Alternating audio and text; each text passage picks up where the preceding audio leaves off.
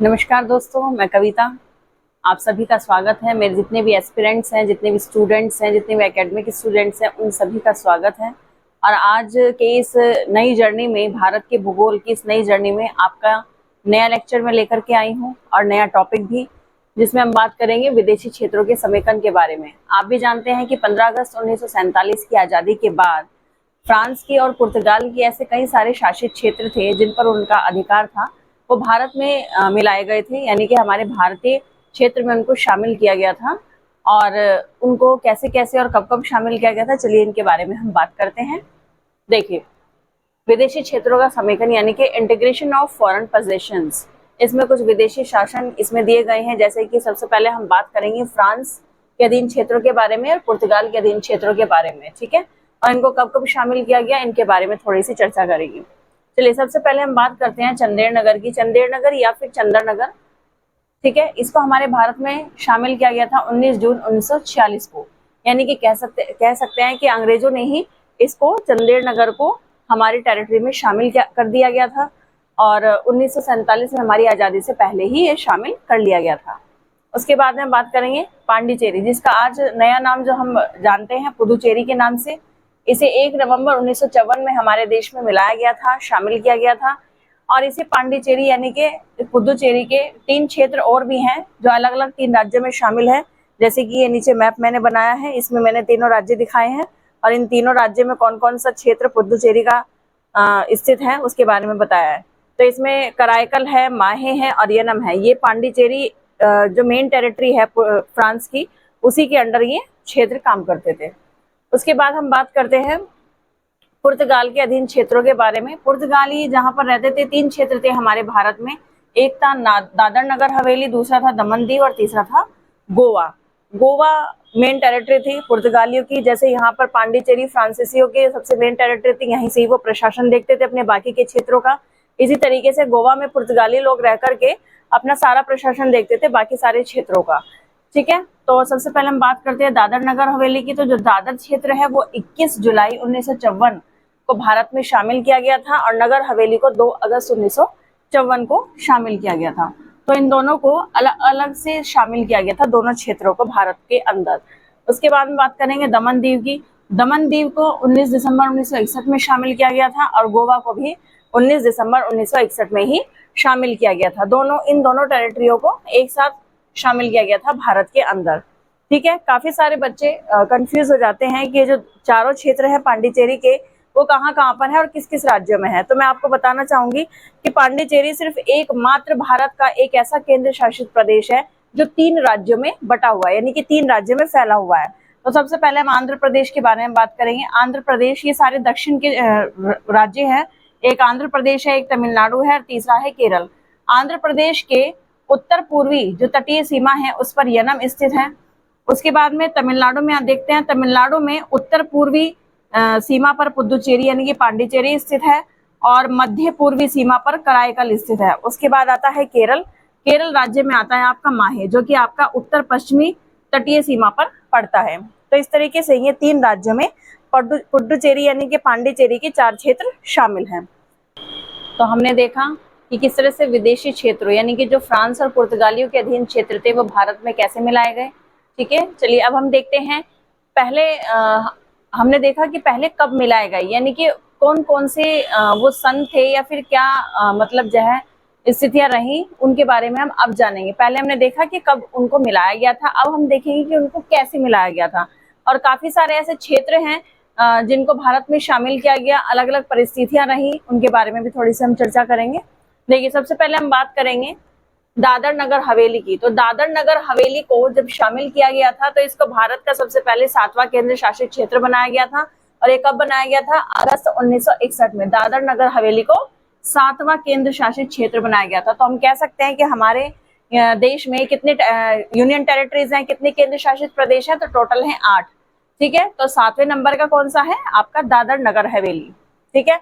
उसके बाद में बात करते हैं गोवा और दमन दीव की। तो गोवा दमन दीव को भी केंद्र शासित क्षेत्र बनाया गया था। देखिए, जितने भी विदेशी क्षेत्रों को शामिल किया गया, सबसे पहले उनको केंद्र शासित क्षेत्र बनाया गया। देन उसके बाद में कुछ क्षेत्र अभी तक भी केंद्र शासित क्षेत्र बने हुए हैं और कुछ ऐसे क्षेत्र हैं जिनको बाद में राज्य भी बनाया गया है। तो उसमें से एक गोवा भी है हमारा। तो सबसे पहले गोवा और दमन दीव को केंद्र शासित क्षेत्र बनाया गया, और इसको कब बनाया गया था? 19 दिसंबर 1961 को, ठीक है। लेकिन बाद में जब मतगणना हुई जनवरी 1967 में, जनगणना के आधार पर गोवा को महाराष्ट्र में मिलाने की बात की गई कि गोवा एक छोटा क्षेत्र है, वहां पर जनसंख्या भी कम है, महाराष्ट्र एक बड़ा राज्य है, और वहां पर अगर उसको शामिल किया गया तो वहां का जो प्रशासक है वो गोवा को भी अच्छे से संभाल सकता है। लेकिन गोवा की जो संस्कृति है वो बिल्कुल अलग है, वहां की जो कैटेगरी है वो पुर्तगाली कैटेगरी है, क्योंकि पुर्तगालियों ने वहां पर शासन किया। और लेकिन जो महाराष्ट्र है आपका, वहां पर मराठी लोग रहते हैं महाराष्ट्र में, तो यही कारण है कि उनमें डिस्प्यूट ना हो, इसी वजह से उन दोनों को अलग कर दिया गया। उनकी संस्कृतियां अलग थी, इस वजह से उन दोनों राज्यों को, उन दोनों क्षेत्रों को अलग रखा गया। और यही कारण है कि मतगणना के आधार पर भी उसने शामिल होने से मना कर दिया था गोवा ने महाराष्ट्र में। लेकिन बाद में जब 56वां संविधान संशोधन हुआ हमारे कानून में, हमारी संसद ने अमेंडमेंट एक्ट पारित किया, 56 अमेंडमेंट एक्ट, तो उसके अकॉर्डिंग भारत 25वां स्वतंत्र राज्य बनकर हमारे सामने आया। तो हमारा जो गोवा है वो भारत का 25वां स्वतंत्र राज्य बना, ठीक है। तो उसके बाद हम बात करते हैं पंजाब की। पंजाब को ब्रिटिश भारत में शामिल किया गया था 1849 में, यानी कह सकते हैं 1947 हमारी आजादी से पहले ही पंजाब को शामिल कर लिया गया था, ठीक है। सब अच्छा, अब बात करते हैं पंजाब को बनाया मतलब कि कितने राज्यों से मिलकर बना था। सबसे पहले पंजाब पेप्सू के नाम से बड़ा फेमस था, जो कि 8 राजसी राज्यों से मिलकर, यानी कह सकते हैं कि प्रिंसली स्टेट से मिलकर के पेप्सू नाम से बनाया गया था इसको।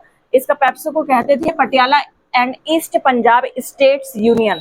तो प्रिंसली स्टेट्स को मिलाकर पेप्सू बनाया गया था। बाद में हमारे देश की आजादी के बाद 1956 में कुछ कानून पारित हुए, जिसके तहत पेप्सू को पंजाब में बदल दिया गया। तो यानी कि जो पेप्सू पहले 8 राजसी राज्यों से मिलकर बना था, अब वो पूरा पंजाब कहलाता है, ठीक है। उसके बाद में पंजाब राज्य का पुनर्गठन किया गया। आप भी जानते हैं कि कई सारे हमारे यहाँ पर जब आयोग आया था उसने पुनर्गठन किया था, तो कई सारे राज्यों को स्वतंत्र राज्य बनाया गया, कई सारे क्षेत्रों को केंद्र शासित क्षेत्र बनाया गया, और कई सारे ऐसे हैं कि भाषा के आधार पर भी राज्य निर्धारित किए गए, यानी कि बनाए गए, जिसमें सबसे पहला हमारा राज्य आता है आंध्र प्रदेश, जो भाषा के आधार पर बनाया गया था, ठीक है। तो पंजाब राज्य का भी पुनर्गठन किया गया था, जिसके बाद 1 नवंबर 1966 को हरियाणा एक राज्य, एक अलग स्वतंत्र राज्य बनकर हमारे सामने आया, क्योंकि पंजाब में पंजाबी भाषा बोलने वाले लोग रहते हैं, और हरियाणा एक ऐसा क्षेत्र था जिसमें हरियाणवी लैंग्वेज बोलते थे। तो इनका रहन सहन थोड़ा मिला जुला हो सकता है, लेकिन काफी सारी संस्कृतियां अलग थी। यही कारण था कि इन दोनों में डिस्प्यूट ना हो, तो अलग राज्यों की डिमांड की गई। हरियाणा अलग होना चाहता था, यही कारण है कि हरियाणा को एक स्वतंत्र राज्य बना दिया गया। चलिए अब हम कच्छ के रण पर भी थोड़ी सी नजर डाल लेते हैं। भारत और पाकिस्तान के बीच में कच्छ का रण एक विवाद बना हुआ है, ठीक है। चलिए कच्छ का रण पढ़ते हैं। कच्छ का रण जो है वो एक दलदली भाग है। कैसा भाग है दोस्तों? दलदली भाग, जो कौन से राज्य में पड़ता है? गुजरात राज्य में पड़ता है। और गुजरात राज्य में खाड़ी है, कच्छ की खाड़ी, जो, और इस कच्छ की खाड़ी के उत्तर में स्थित है आपका कच्छ का रण। देखिए जैसे आपका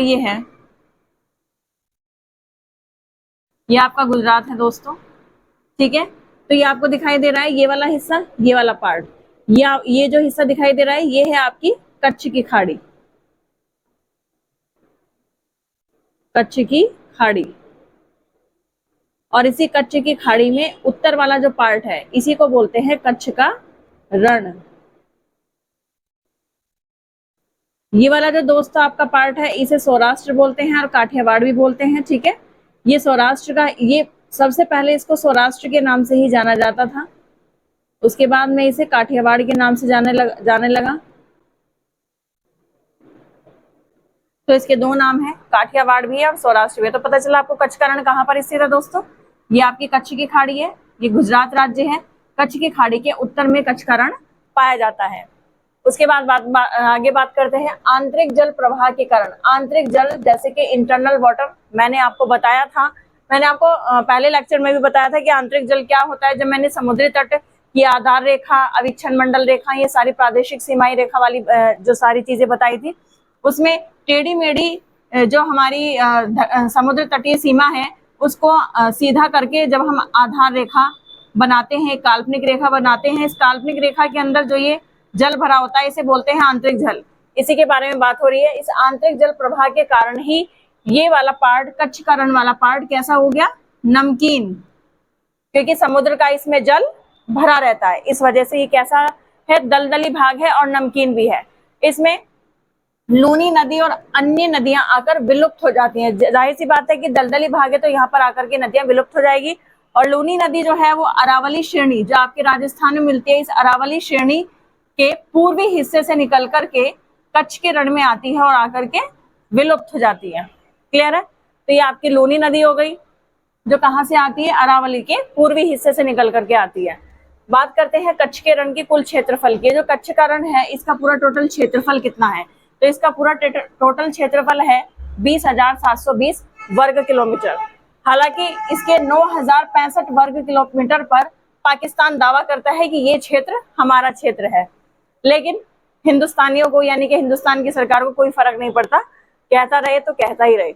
वर्तमान में अगर भारत पाकिस्तान सीमा रेखा के बारे में अगर बात करें तो कच्छ के रण में 24 डिग्री उत्तरी अक्षांश रेखा से 27 किलोमीटर उत्तर से होकर के गुजरती है हमारे भारत पाकिस्तान की सीमा रेखा। और भारत पाकिस्तान की सीमा रेखा को क्या कहते हैं, रेड क्लिफ रेखा कहते हैं। तो ये हमारी 24 डिग्री उत्तरी अक्षांश से 27 किलोमीटर उत्तर से होकर के गुजरती है, यानी कि मान सकते हैं इसके जस्ट ऊपर से, यहां से ऐसे होकर के गुजरती है।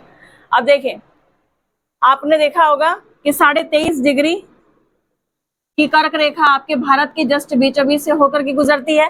तो 23.5 डिग्री से ऊपर यहाँ पर आपको मिलेगा 24 डिग्री उत्तरी अक्षांश, यानी कि यहाँ पर ये 24 डिग्री उत्तरी अक्षांश। इस 24 डिग्री उत्तरी अक्षांश से उत्तर में 27 किलोमीटर उत्तर में जाएंगे यहाँ से यहाँ पर, तब आपको भारत और पाकिस्तान की सीमा रेखा मिलेगी, जिसे रेड क्लिफ रेखा के नाम से भी जाना जाता है। क्लियर है? अब देखिए, ये पाकिस्तान दावा करता है, कहता है कि ये एक प्रकार की झील है जो भारत और पाकिस्तान के बीच में स्थित है, और ये जो झील है, जो अंतर्राष्ट्रीय जो कानून है उसके अनुसार इस पर हमारा अधिकार होना चाहिए। लेकिन हिंदुस्तान की सरकार कहती है, मानने के लिए मना करती है कि नहीं, ये एक झील नहीं है, ये एक प्रकार का दलदली इलाका है और हम इसे झील बिल्कुल भी नहीं मानते हैं। हिंदुस्तान की सरकार इसे प्रॉपर तरीके से मना करती है। इसके बाद में इसके लिए भी कहता है कि जो 24 डिग्री उत्तरी अक्षांश तक का जो क्षेत्र है ये हमारा पार्ट है, यानी कि ये हमारे 24th पैरेलल जो सीमा रेखा है ये हमारे हिस्से के अंतर्गत आनी चाहिए, हमारी सीमा रेखा के अंतर्गत आनी चाहिए। लेकिन भारत सरकार इसके लिए भी राजी नहीं होती है। इसके बाद हम बात करते हैं 24 डिग्री उत्तरी अक्षांश रेखा जो है ये आपकी ये वाली रेखा, इस और वर्तमान जो सीमा रेखा है उसके मध्य तट पर स्थित एक सरक्रीक भी एक ऐसा भारत और पाकिस्तान के बीच में भू राजनीतिक विवाद बना हुआ है। देखिए सरक्रीक कैसा है, सरक्रीक यानी कि कह सकते हैं कच्छ के रण और इसके कच्छ की खाड़ी में ही आपको सरक्रीक वाला हिस्सा मिलेगा, यहाँ पर इस जगह ये वाला पार्ट जो आपको दिखाई दे रहा है ये आपको सरक्रीक वाला पार्ट मिलेगा। और ये कहाँ तक फैला हुआ है, ये यहाँ तक फैला हुआ है ऐसे, सरक्रीक वाला पार्ट। देखिए सरक्रीक जो है ये, इसका मतलब क्या होता है, क्रीक का मतलब क्या होता है, आप इसको कमेंट बॉक्स में ही बता सकते हैं अगर कुछ अलग से नॉलेज हो तो। बाकी मेरे अनुसार क्रीक का मतलब होता है महासागर का जो जल होता है, जो महासागर का जल जो जमीन के अंदर की साइड में जो घुसा हुआ होता है और कैसे संकीर्ण क्षेत्र में जो घुसा हुआ होता है उसे एक तरीके से हम क्रीक क्षेत्र बोलते हैं, सरक्रीक क्षेत्र बोलते हैं। ठीक है, तो ये हमने कच्छ के रण के बारे में थोड़ी थोड़ी चर्चा कर ली है। उसके बाद में हम बात करते हैं पीओके की। आप भी जानते हैं पीओके यानी कि पाक ऑक्यूपाइड कश्मीर, जो हमारे जम्मू कश्मीर का वो हिस्सा है जिस पर 1947 में पाकिस्तान ने कबायली लोगों के साथ मिलकर के यानी कि उनके सहयोग से हमारी जम्मू कश्मीर रियासत पर आक्रमण किया था और हमारे काफी सारे क्षेत्रों पर कब्जा कर लिया था। हालांकि ये मामला जब यूएनओ में गया था तो यूएनओ में जाने के बाद में भारत ने जितने भी पाकिस्तान के द्वारा कब्जे वाले क्षेत्र थे उनको अपने क्षेत्र में शामिल नहीं किया था, और यही कारण है कि पीओके पार्ट हमारा होते हुए भी आज पाकिस्तान के कब्जे में है। और यही कारण है कि इसको हम पीओके यानी कि पाक ऑक्यूपाइड कश्मीर, पाक अधिकृत कश्मीर के नाम से जानते हैं। ठीक है, उसके बाद में हम थोड़ा सा डुरंड रेखा के बारे में बात कर लेते हैं। डुरंड रेखा 1896 में निर्धारित की गई थी और ये सर मॉर्टिमर डुरंड के द्वारा निर्धारित की गई थी। एक ऑफिसर थे, अंग्रेज ऑफिसर सर मॉर्टिमर डुरंड। के द्वारा ये रेखा निर्धारित की गई थी।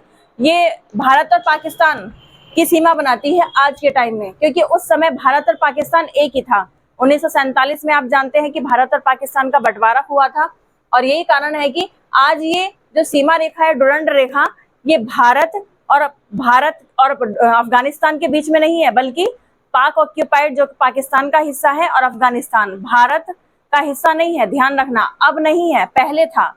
तो आप कह सकते हो कि डुरंड रेखा जो सीमा है वो बनाती है पाकिस्तान के बीच में और अफगानिस्तान के बीच में। क्लियर है? जो कि पीओके वाला पार्ट है। उसके बाद में हम बात करते हैं अपने जो भारत और पाकिस्तान की सीमा रेखा है, जो मैंने आपको बताया था रेड क्लिफ।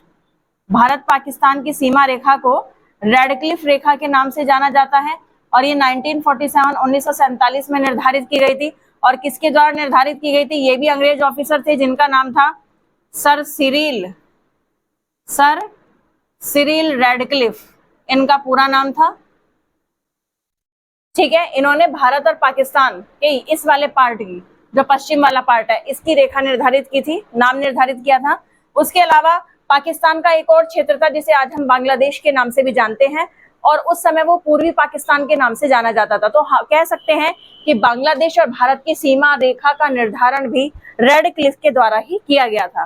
ठीक है, ये तो आपको छोटी छोटी मैंने आपको कच्छ के रण की और थोड़ी सी पीओके और डुरंड रेखा, जितनी भी हमारी रेखाएं उनके बारे में बात की है। उसके अलावा हम थोड़ा सा चाइना के बारे में भी थोड़ी सी बात करेंगे, यानी कि उसकी सीमा रेखा और उसके कुछ विवादों के बारे में भी थोड़ी सी चर्चा करेंगे। चलिए दोस्तों, हमने पाकिस्तान के बारे में जाना, अब हम जानेंगे चाइना के बारे में कि चाइना की मनोस्थिति कैसी है, उसकी राजनीति यानी कि पॉलिटिकल थॉट्स कैसे हैं उसके, और उसकी थिंकिंग कैसी है, और किस तरीके से वो दूसरे देशों से डील करता है। ठीक है, देखिए मैंने आपको पहले लेक्चर में बताया था कि भारत और चीन सीमा की लंबाई जो लगभग है वो है 3488 किलोमीटर के आसपास। उसके बाद बात करते हैं सीमा रेखा। भारत और चीन की सीमा रेखा का निर्धारण किसने किया था? ये किया था सर हेनरी मैकमोहन ने, और कब किया था? 1914 यानी कि 1914 के आसपास। और मैं आपको बता दूं कि चाइना की सीमा तो वैसे तो लद्दाख से स्टार्ट हो जाती है। लद्दाख क्या, जम्मू कश्मीर वाले पार्ट, जो पहले जम्मू कश्मीर का पार्ट था लद्दाख, लेकिन अब लद्दाख है, तो लद्दाख वाले पार्ट से लेकर के आपके अरुणाचल प्रदेश तक सीमा लगती है भारत की। ठीक है, लेकिन अगर बात की जाए किसकी? मैकमोहन रेखा की। जो अगर बात करें मैकमोहन रेखा की, तो मैकमोहन रेखा आपकी जो अरुणाचल प्रदेश, जैसे कि आपका सिक्किम है, उसके बाद में आपका ये भूटान, और उसके बाद में आपका जो ये अरुणाचल प्रदेश है, ये वाला जो पार्ट है, ये वाला पार्ट अरुणाचल प्रदेश का।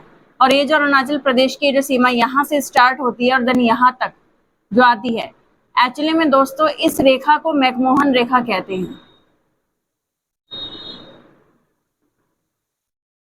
ठीक है, सिक्किम एक ऐसा राज्य था जो अपनी मर्जी से भारत में शामिल हुआ था। हालांकि पहले ये तिब्बत में था, लेकिन अब ये भारत में शामिल है। ठीक है, तो मैकमोहन रेखा आपको पता चल गया। अरुणाचल प्रदेश और चाइना से लगने वाली सीमा को मैकमोहन रेखा के नाम से हम जानते हैं, एग्जैक्ट।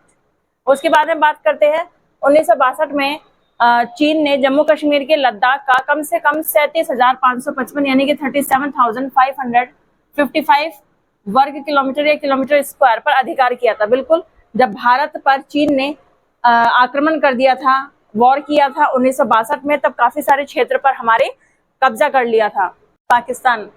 तो पाकिस्तान ने पीओके यानी कि जो पाक ऑक्यूपाइड कश्मीर वाला क्षेत्र जो पाकिस्तान के पास है, उसका 5160 वर्ग किलोमीटर का क्षेत्र चीन को उपहार स्वरूप दे दिया था, जिसमें काराकोरम उच्च मार्ग भी गुजरता है। वो उसकी राजनीतिक या कह सकते हैं कि कूटनीतिक उसकी सोच रही होगी पाकिस्तान की, जिसकी वजह से उसने चाइना को अपना हिस्सा दे दिया था पीओके का। और इसका एक ये भी कारण हो सकता है कि हमें पाकिस्तान को चाइना से आर्थिक सहयोग मिलता रहे, हेल्प मिलती रहे, और साथ ही साथ जैसे ही किसी से झगड़ा हो, युद्ध हो, विवाद हो, तो वो उसका सहयोग करे। तो कहीं ना कहीं ये भी रीजन रहा होगा। चलिए आगे देखते हैं। चाइना ने 1954 में, अब देखिए चाइना मतलब इतना खुरापाती दिमाग का है कि वो कहीं ना कुछ करता रहता है।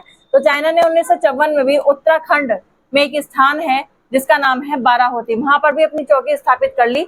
और आए दिन आप समाचारों में भी देखते होंगे कि चाइना घुसपैठ करता रहता है कई सारे क्षेत्रों में, चाहे वो अरुणाचल प्रदेश हो, चाहे वो सिक्किम हो, या फिर उत्तर पूर्वी वाले इलाके जितने भी हैं, उन सभी में घुसपैठ करता रहता है। ठीक है, चलिए हम तो थोड़ा सा इन सभी पर चर्चा करते हैं और मैप के थ्रू इसको बहुत अच्छे से हम समझ लेते हैं। ठीक है, ये आपका उत्तर भारत का सबसे ऊपर वाला पार्ट है, वो वाला पार्ट जो हिमालय से लगता हुआ है, जिसमें हमारा जम्मू कश्मीर राज्य भी शामिल है। और साथ ही साथ हम इसमें देखेंगे कि हमारा जो हमारे जम्मू कश्मीर के उस क्षेत्र पर जो पाकिस्तान ने कब्जा किया था, और वो क्षेत्र भी देखेंगे जिस पर चीन ने कब्जा किया था 1962 के युद्ध में, और साथ ही साथ वो क्षेत्र भी देखेंगे जिसमें पाकिस्तान द्वारा उपहार स्वरूप यानी कि गिफ्ट के तौर पर चाइना को वो हिस्सा दिया गया था। तो ये जो आपको दिखाई दे रहा है ये वाला हिस्सा, यहाँ से यहाँ तक ये वाला हिस्सा, इस हिस्से पर पाकिस्तान ने 1947 में कब्जा किया था, जिसे हम पीओके यानी कि पाक ऑक्यूपाइड कश्मीर या पाक अधिकृत कश्मीर के नाम से जानते हैं।